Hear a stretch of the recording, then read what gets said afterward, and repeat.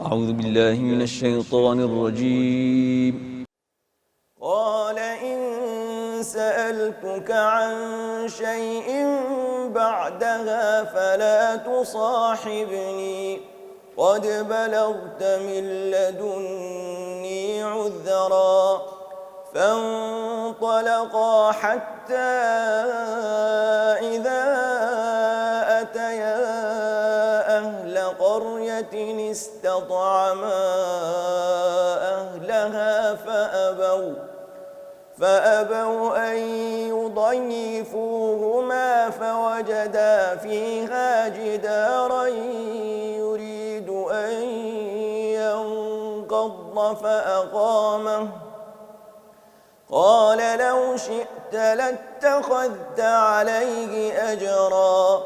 قال هذا فراق بيني وبينك سأنبئك بتأويل ما لم تستطع عليه صبرا أما السفينة فكانت لمساكين يعملون في البحر فأردت أن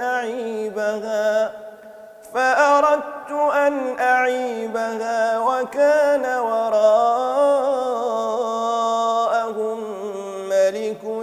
يأخذ كل سفينة غصبا وأما الغلام فكان أبواه مؤمنين فخشينا أن يرهقهما طغيانا وكفرا فأردنا أن يبدلهما ربهما خيرا منه زكاة وأقرب رحما وأما الجدار فكان لغلامين يتيمين في المدينة وكان تحته كنز لهما وكان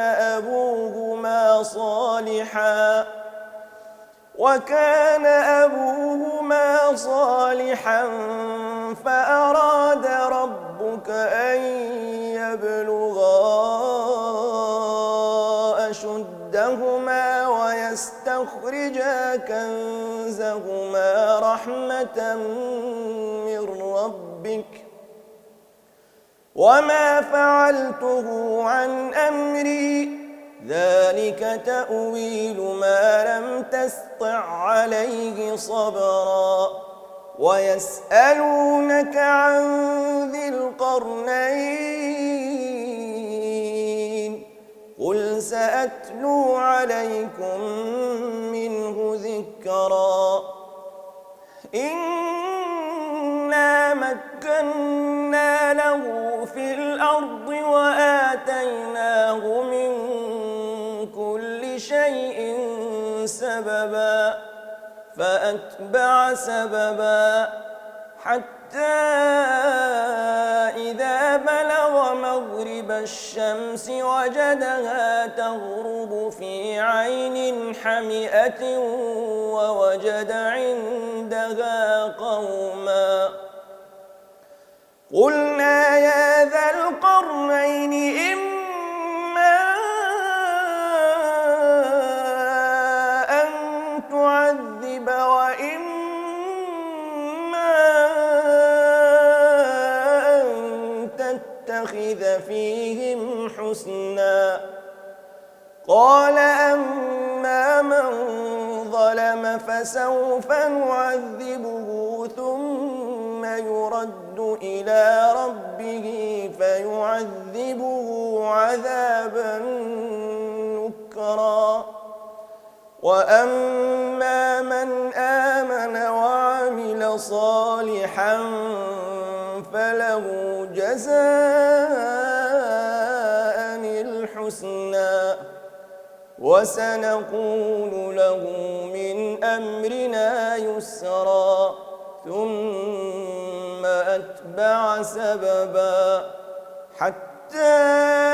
إذا بلغ مطلع الشمس وجدها تطلع على قوم لم نجعل لهم من دونها سترا كذلك وقد أحطنا بما لديه خبرا ثم أتبع سببا حتى إذا بلغ بين السدين وجد من دونهما قوما لا يكادون يفقهون قولا قالوا يا ذا القرنين إن يأجوج ومأجوج مفسدون في الأرض فهل نجعل لك خرجا على أن تجعل بيننا وبينهم سدا قال ما مكني فيه ربي خير فأعينوني بقوة أجعل بينكم وبينهم ردما آتوني زبر الحديد حتى إذا ساوى بين الصدفين قال انفخوا حتى إذا جعله نارا قال آتوني أفرغ عليه قطرا فما استطاعوا أن يظهروه وما استطاعوا له نقبا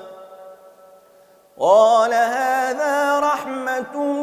من ربي فإذا جاء وعد ربي جعله دكاء وكان وعد ربي حقا وتركنا بعضهم يومئذ يموج في بعض ونفخ في الصور فجمعناهم جمعا وعرضنا جهنم يومئذ للكافرين عرضا الذين كانت أعينهم في غطاء عن ذكري وكانوا لا يستطيعون سمعا أفحسب الذين كفروا أن يتخذوا عبادي من دوني أولياء إنا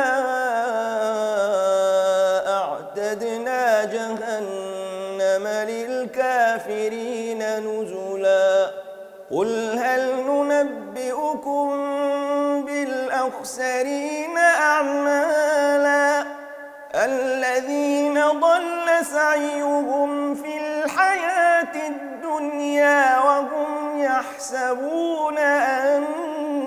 أنهم يحسنون صنعا أولئك الذين كفروا بآيات ربهم ولقائه فحبطت أعمالهم فلا نقيم لهم يوم القيامة وزنا ذلك جزاؤهم جهنم بما كفروا واتخذوا آياتي ورسلي هزوا إن الذين آمنوا وعملوا الصالحات كانت لهم جنات الفردوس نزلا خالدين فيها لا يبغون عنها حولا قل لو كان البحر مدادا لكلمات ربي لنفد البحر قبل أن تنفد كلمات ربي ولو جئنا بمثله مددا قل إنما أنا بشر مثلكم يوحى إلي أنما إلهكم إله واحد فمن كان يرجو لقاء ربه فليعمل عملا صالحا ولا يشرك بعبادة ربه أحدا. بسم الله الرحمن الرحيم كافها يا عين صاد ذكر رحمة ربك عبده زكريا إذ نادى ربه نداء خفيا قال رب إني وهن العظم مني واشتعل الرأس شيبا ولم أكن بدعائك رب شقيا وإني خفت الموالي من ورائي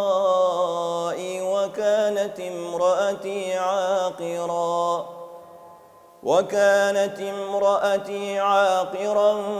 فهب لي من لدنك وليا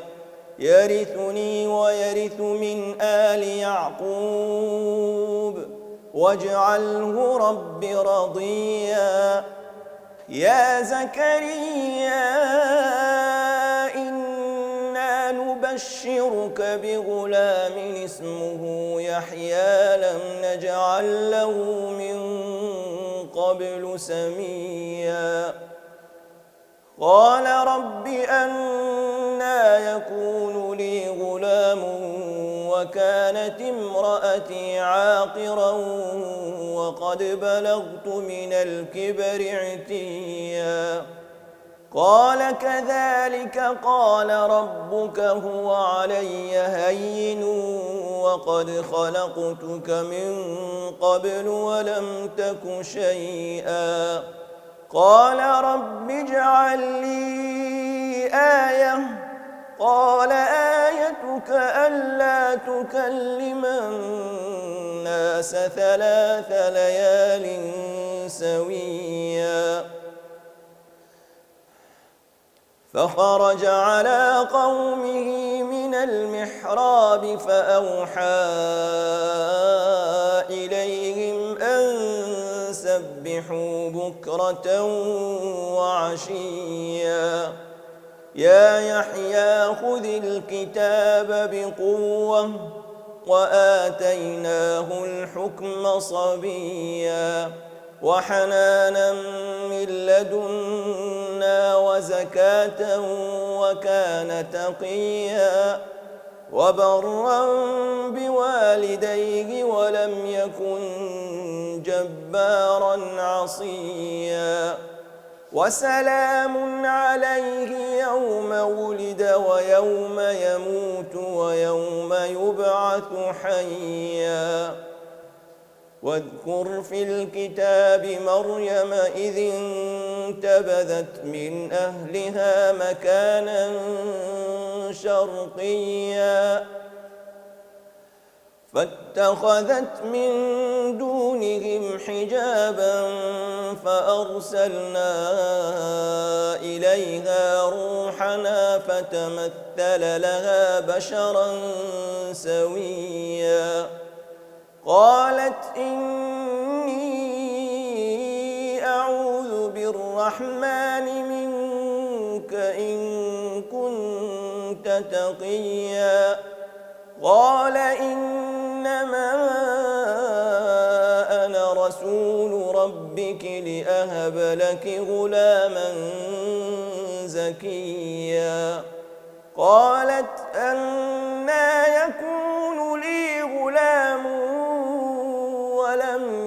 يمسسني بشر ولم أك بغيا قال كذلك قال ربك هو علي هين ولنجعله آية للناس ورحمة منا وكان أمرا مقضيا فحملته فانتبذت به مكانا قصيا فأجاءها المخاض إلى جذع النخلة قالت يا ليتني مت قبل هذا وكنت نسيا منسيا فناداها من تحتها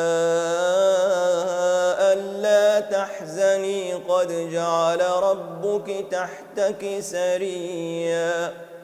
وهزي إليك بجذع النخلة تساقط عليك رطبا جنيا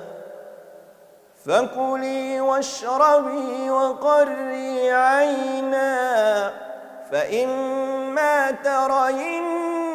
من البشر أحدا فقولي إني نذرت للرحمن صوما فلن أكلم اليوم إنسيا فأتت به قومها تحمله قالوا يا مريم لقد جئت شيئا فريا يا أخت هارون ما كان أبوك امرأ سوء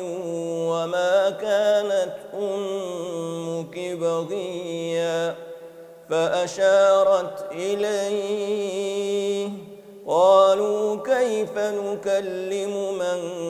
كان في المهد صبيا قال إني عبد الله آتاني الكتاب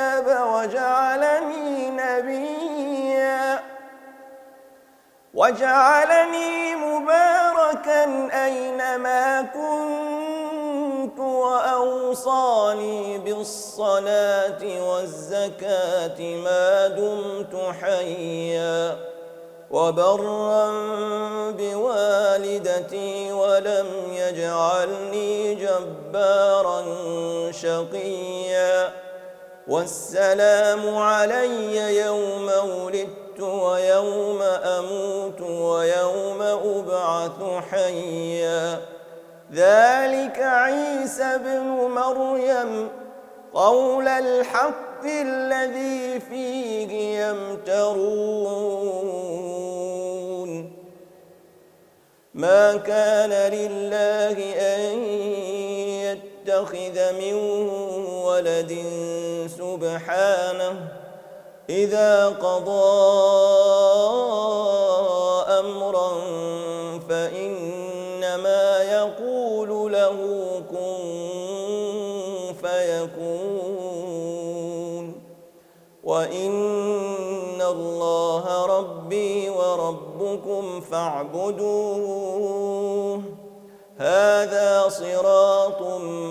مستقيم فاختلف الأحزاب من بينهم فويل للذين كفروا من مشهد يوم عظيم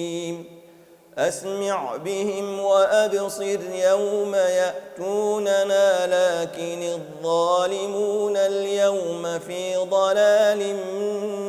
مبين وأنذرهم يوم الحسرة إذ قضي الأمر وهم في غفلة وهم لا يؤمنون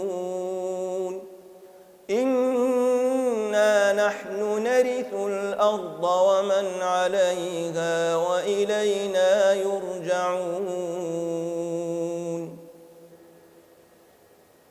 واذكر في الكتاب إبراهيم إنه كان صديقا نبيا إذ قال لأبيه يا أبت لم تعبد ما لا يسمع ولا يبصر ولا يغني عنك شيئا يا أبت إني قد جاءني من العلم ما لم يأتك فاتبعني أهدك صراطا سويا يا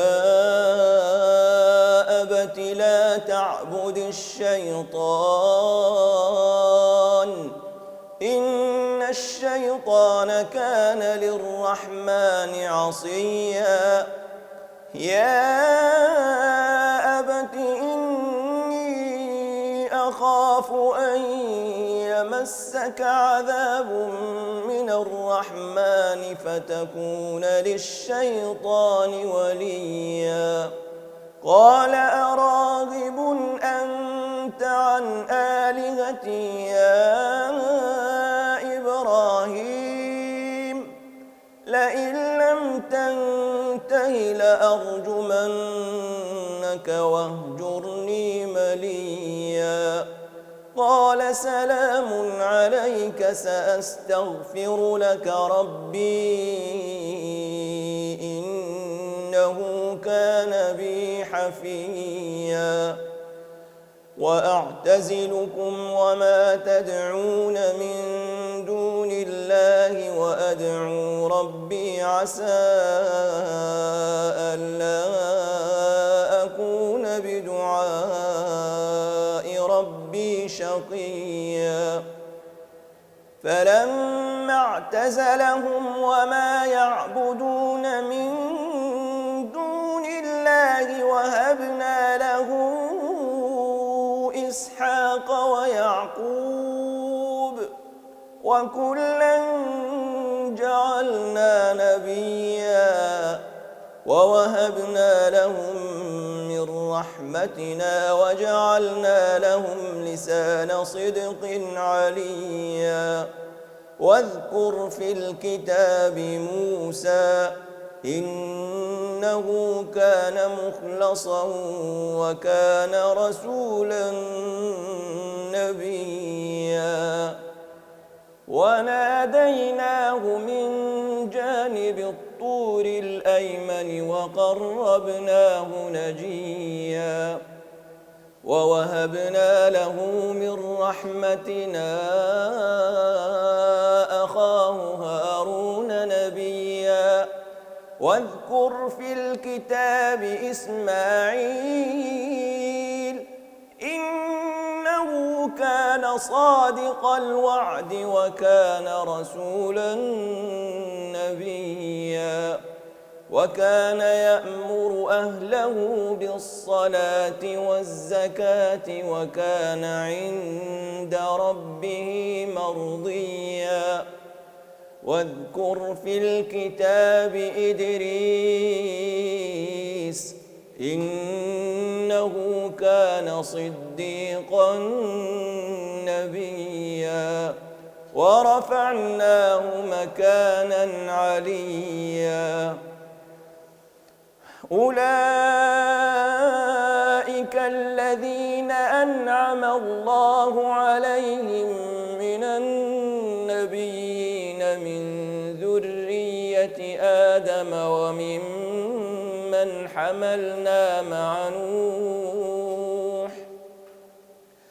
وممن حملنا مع نوح ومن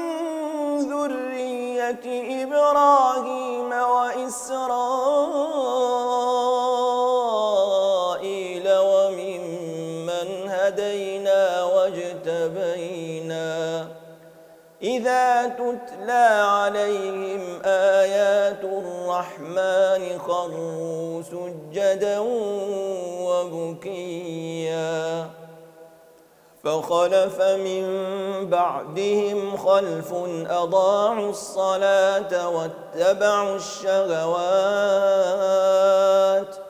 فسوف يلقون غيا إلا من تاب وآمن وعمل صالحا فأولئك يدخلون الجنة ولا يظلمون شيئا جنات عدن التي وعد الرحمن عباده بالغيب إنه كان وعده مأتيا لا يسمعون فيها لغوا إلا سلاما ولهم رزقهم فيها بكرة وعشيا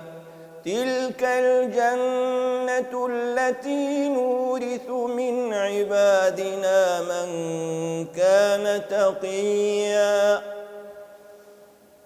وما نتنزل إلا بأمر ربك له ما بين أيدينا وما خلفنا وما بين ذلك وما كان ربك نسيا رب السماوات والأرض وما بينهما فاعبده واصطبر لعبادته هل تعلم له سميا ويقول الإنسان أإذا ما مت لسوف أخرج حيا أولا يذكر الإنسان أنا خلقناه من قبل ولم يك شيئا فوربك لنحشرنهم والشياطين ثم لنحضرنهم حول جهنم جثيا ثم لننزعن من كل شيعة أيهم أشد على الرحمن عتيا ثم لنحن أعلم بالذين هم أولى بها صليا وإن منكم إلا واردها كان على ربك حتما مقضيا ثم ننجي الذين اتقوا ونذر الظالمين فيها جثيا وإذا تتلى عليهم آياتنا بينات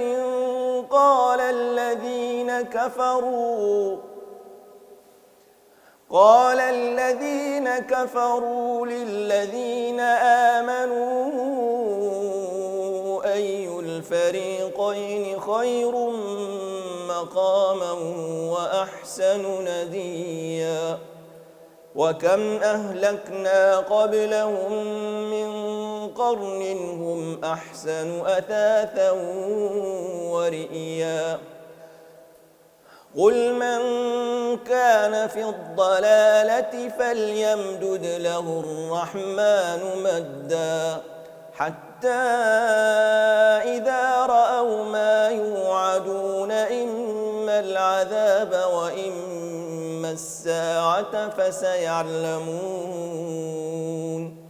فسيعلمون من هو شر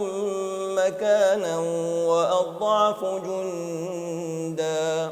ويزيد الله الذين اهتدوا هدى والباقيات الصالحات خير عند ربك ثوابا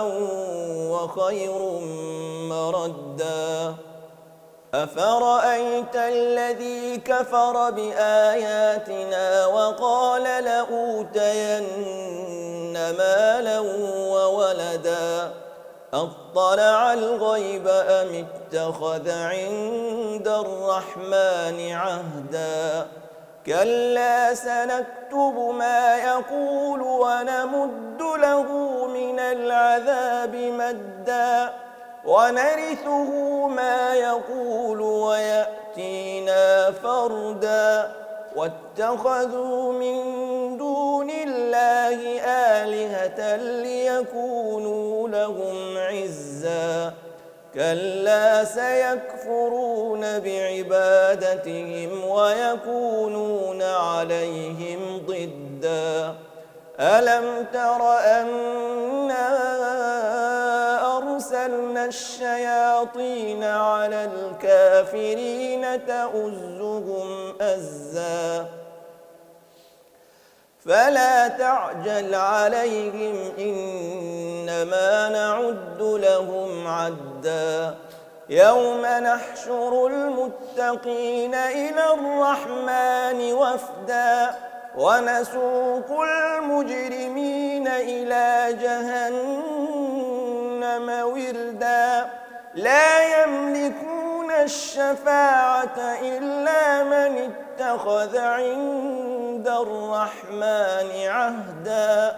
وقالوا اتخذ الرحمن ولدا لقد جئتم شيئا إدا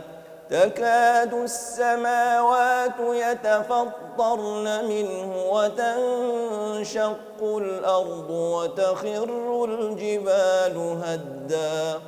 أن دعوا للرحمن ولدا وما ينبغي للرحمن أن يتخذ ولدا إن كل من في السماوات والأرض إلا آتي الرحمن عبدا لقد أحصاهم وعدهم عدا وكلهم آتيه يوم القيامة فردا إن الذين آمنوا وعملوا الصالحات سيجعل لهم الرحمن ودا فإنما يسرناه بلسانك لتبشر به المتقين وتنذر به قوما لدا وكم أهلكنا قبلهم من قرن هل تحس منهم من أحد أو تسمع لهم ركزا بسم الله الرحمن الرحيم طه ما أنزلنا عليك القرآن لتشقى إلا تذكرة لمن يخشى تنزيلا ممن خلق الأرض والسماوات العلى الرحمن على العرش استوى له ما في السماوات وما في الأرض وما بينهما وما تحت الثرى وإن تجهر بالقول فإنه يعلم السر وأخفى الله لا إله إلا هو له الأسماء الحسنى وهل أتاك حديث موسى إذ رأى نارا فقال لأهلهم كثوا إني آنست نارا لعلي آتيكم منها بقبس أو أجد على النار هدى فلما أتاها نودي يا موسى إني أنا ربك فاخلع عليك إنك بالوادي المقدس طوى وأنا اخترتك فاستمع لما يوحى إنني أنا الله لا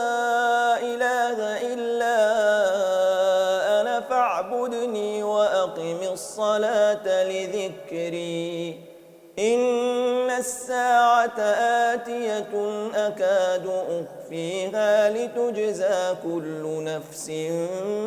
بما تسعى فلا يصدنك عنها من لا يؤمن بها واتبع هواه فتردى وما تلك بيمينك يا موسى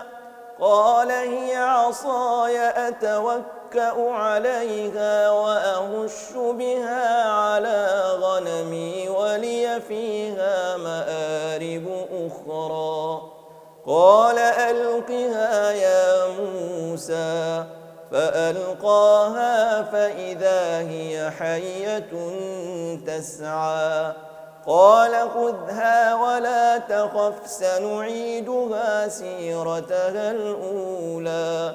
واضمم يدك إلى جناحك تخرج بيضاء من غير سوء آية أخرى لنريك من آياتنا الكبرى اذهب إلى فرعون إنه طغى قال رب اشرح لي صدري ويسر لي أمري واحلل عقدة من لساني يفقه قولي واجعل لي وزيرا من أهلي هارون أخي اشدد به أزري وأشركه في أمري كي نسبحك كثيرا ونذكرك كثيرا إنك كنت بنا بصيرا قال قد أوتيت سؤلك يا موسى ولقد مننا عليك مرة أخرى إذ أوحينا إلى أمك ما يوحى أن اقذفيه في التابوت فاقذفيه في اليم فليلقه اليم بالساحل يأخذه عدو لي وعدو له وألقيت عليك محبة مني ولتصنع على عيني إذ تمشي أختك فتقول هل أدلكم على من يكفله فرجعناك إلى أمك كي تقر عينها ولا تحزن وقتلت نفسا فنجيناك من الغم وفتناك فتونا فلبثت سنين في أهل مدين ثم جئت على قدر يا موسى واصطنعتك لنفسي اذهب أنت وأخوك بآياتي ولا تنيا في ذكري اذهبا إلى فرعون إنه طغى فقولا له قولا لينا لعله يتذكر أو يخشى قالا ربنا إننا نخاف أن يفرط علينا أو أن يطغى قال لا تخافا إنني معكما أسمع وأرى فأتياه فقولا إنا رسولا ربك فأرسل معنا بني إسرائيل ولا تعذبهم قد جئناك بآية من ربك والسلام على من اتبع الهدى إنا قد أوحي إلينا أن العذاب على من كذب وتولى قال فمن ربكما يا موسى قال ربنا الذي أعطى كل شيء خلقه ثم هدى قال فما بال القرون الأولى قال علمها عند ربي في كتاب لا يضل ربي ولا ينسى الذي جعل لكم الأرض مهدا وسلك لكم فيها سبلا وأنزل من السماء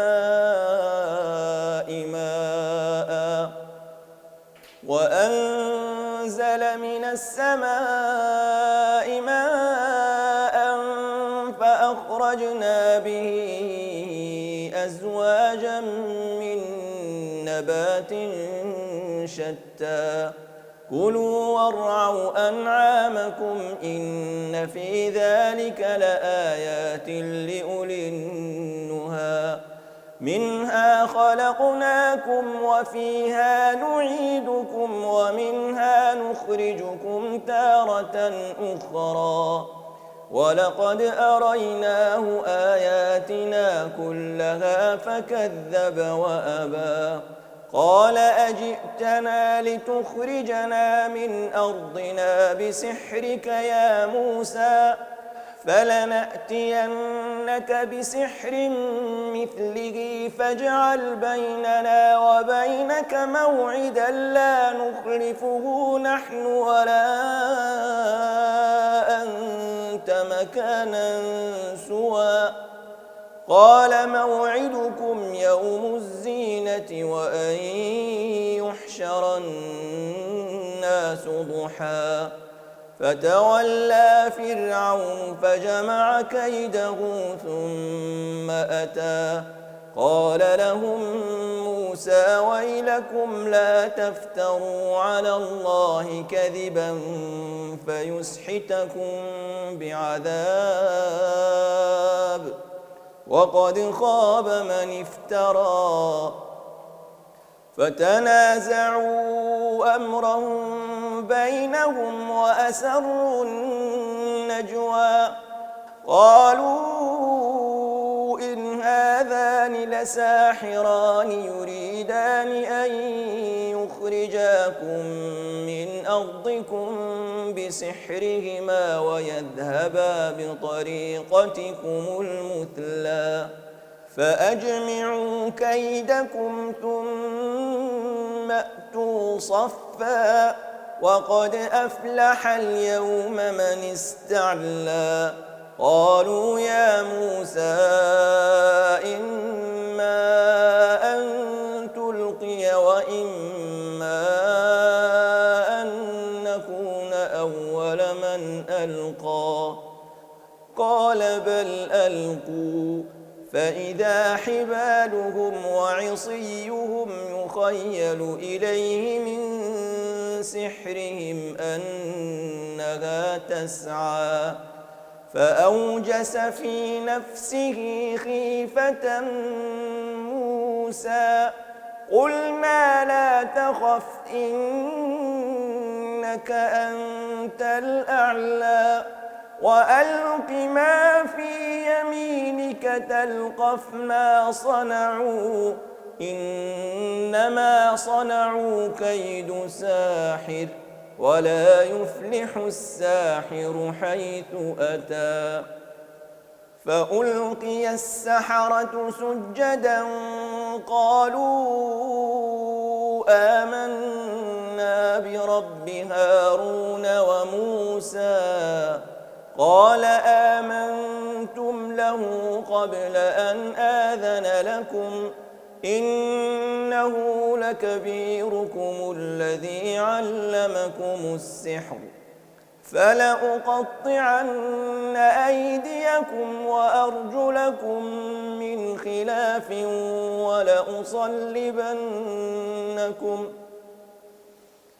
ولأصلبنكم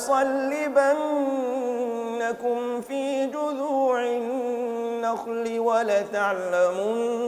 أينا أشد عذابا وأبقى قالوا لن نؤثرك على ما جاءنا من البينات والذي فطرنا فاقض ما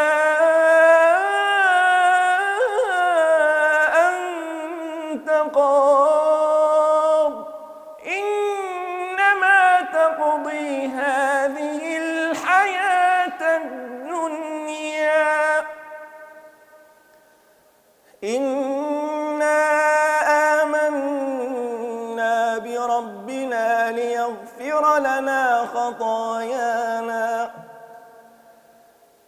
ليغفر لنا خطايانا وما أكرهتنا عليه من السحر والله خير وأبقى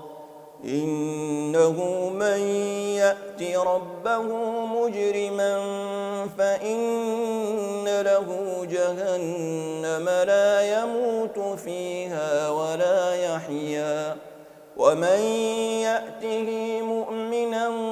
قد عمل الصالحات فأولئك لهم الدرجات العلى جنات عدن تجري من تحتها الأنهار خالدين فيها وذلك جزاء من تزكى ولقد أوحينا إلى موسى أن أسر بعبادي فاضرب لهم طريقا في البحر يبسا لا تخاف دركا ولا تخشى فأتبعهم فرعون بجنوده فغشيهم من اليم ما غشيهم وأضل فرعون قومه وما هدى يا بني إسرائيل قد أنجيناكم من عدوكم وواعدناكم جانب الطور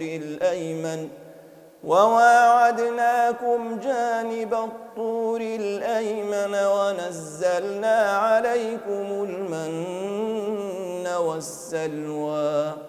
كلوا من طيبات ما رزقناكم ولا تطغوا فيه فيحل عليكم غضبي ومن يحلل عليه غضبي فقد هوى وإني لغفار لمن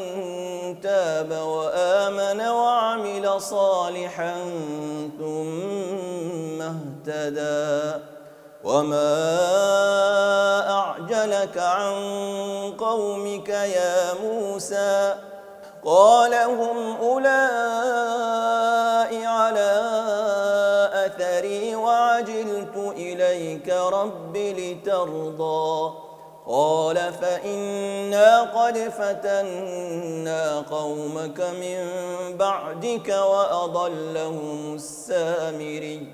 فرجع موسى إلى قومه غضبان أسفا قال يا قوم ألم يعدكم ربكم وعدا حسنا أفطال عليكم العهد أم أردتم أن يحل عليكم غضب من ربكم فأخلفتم موعدي قالوا ما أخلفنا موعدك بملكنا ولكننا حملنا أوزارا من زينة زينة القوم فقذفناها فكذلك ألقى السامري فأخرج لهم عجلا جسدا له خوار فقالوا هذا إلهكم وإله موسى فنسي أفلا يرون ألا يرجع إليهم قولا ولا يملك لهم ضرا ولا نفعا ولقد قال لهم هارون من قبل يا قوم إنما فتنتم به وإن ربكم الرحمن فاتبعوني وأطيعوا أمري قالوا لن نبرح عليه عاكفين حتى يرجع إلينا موسى قال يا هارون ما منعك إذ رأيتهم ضلوا ألا تتبعني أفعصيت أمري قال يا ابن أم لا تأخذ بلحيتي ولا برأسي إني خشيت أن تقول فرقت بين بني إسرائيل ولم ترقب قولي قال فما خطبك يا سامري قال بصرت بما لم يبصروا به فقبضت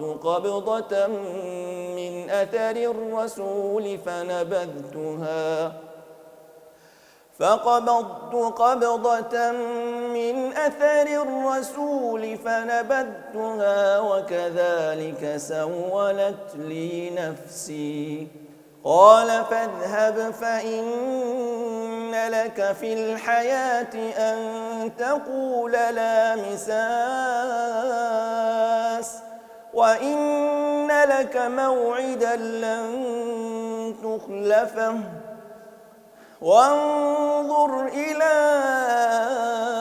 إلهك الذي ظلت عليه عاكفا لنحرقنه ثم لننسفنه في اليم نسفا إنما إلهكم الله الذي لا إله إلا هو وسع كل شيء علما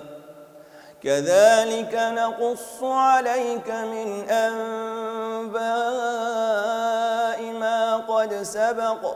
وقد آتيناك من لدنا ذكرا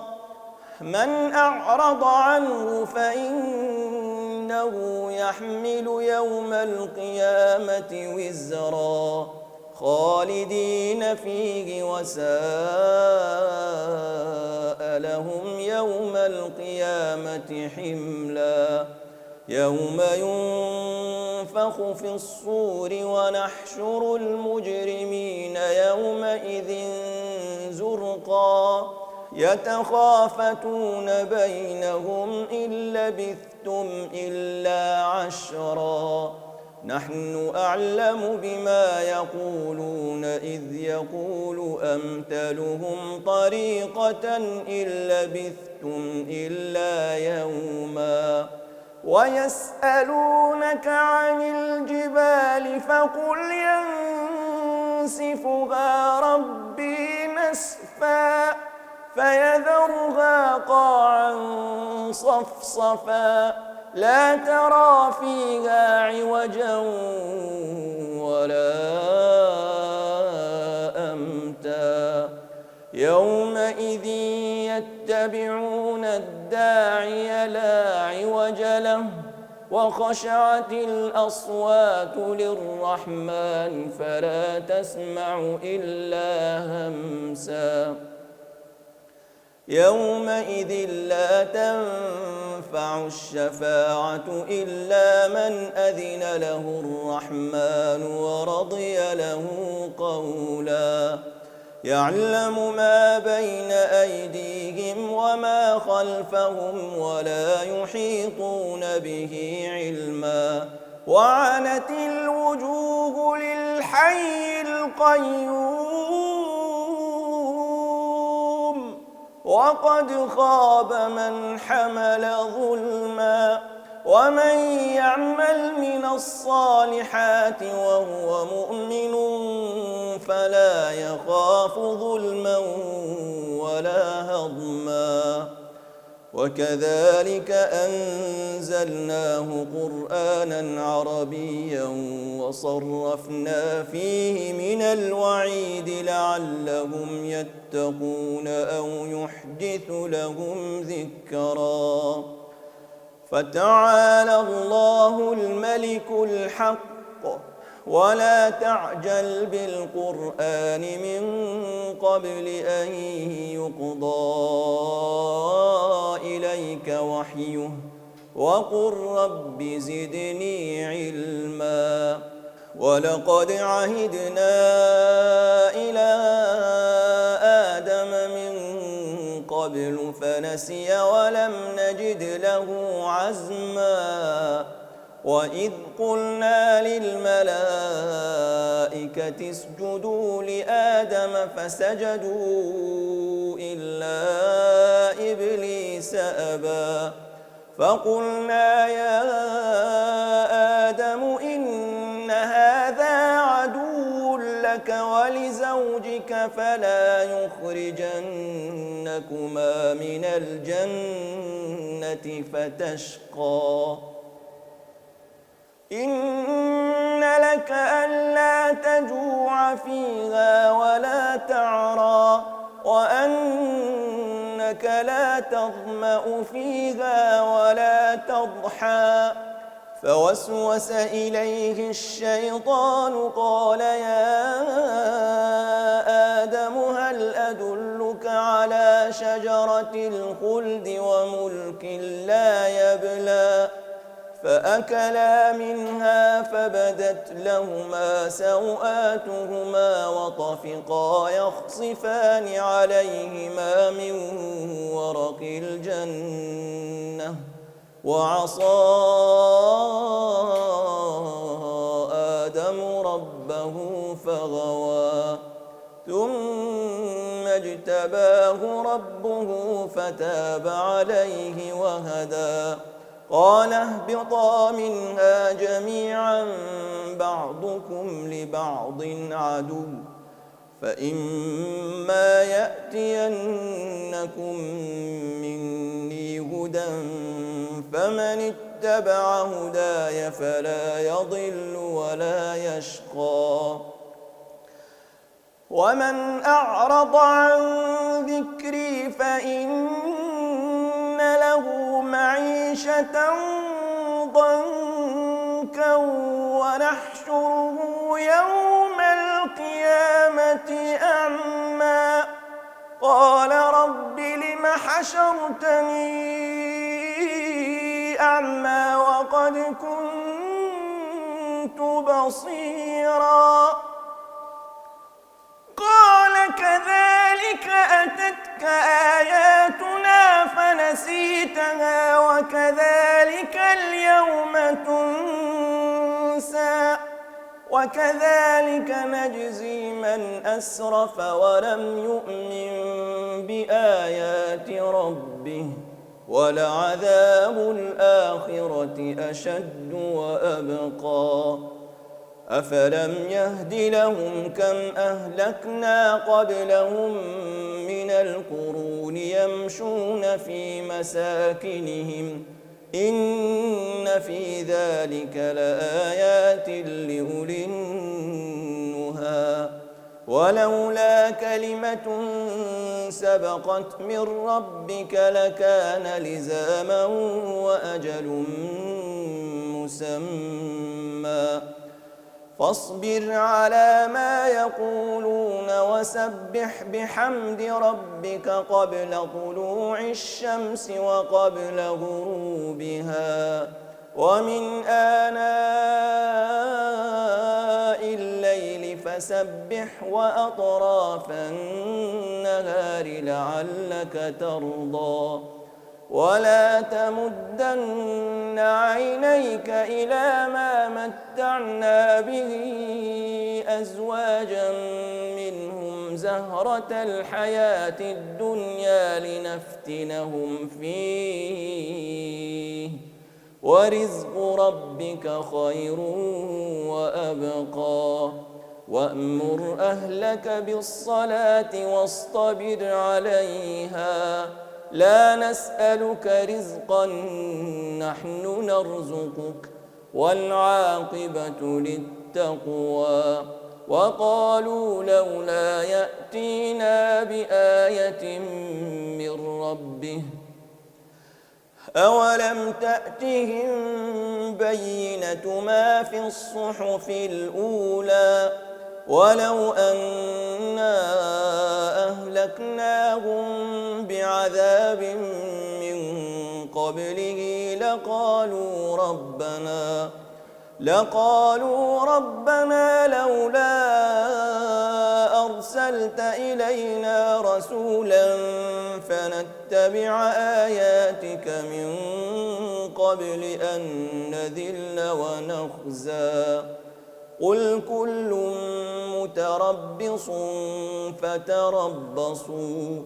فستعلمون من أصحاب الصراط السوي ومن اهتدى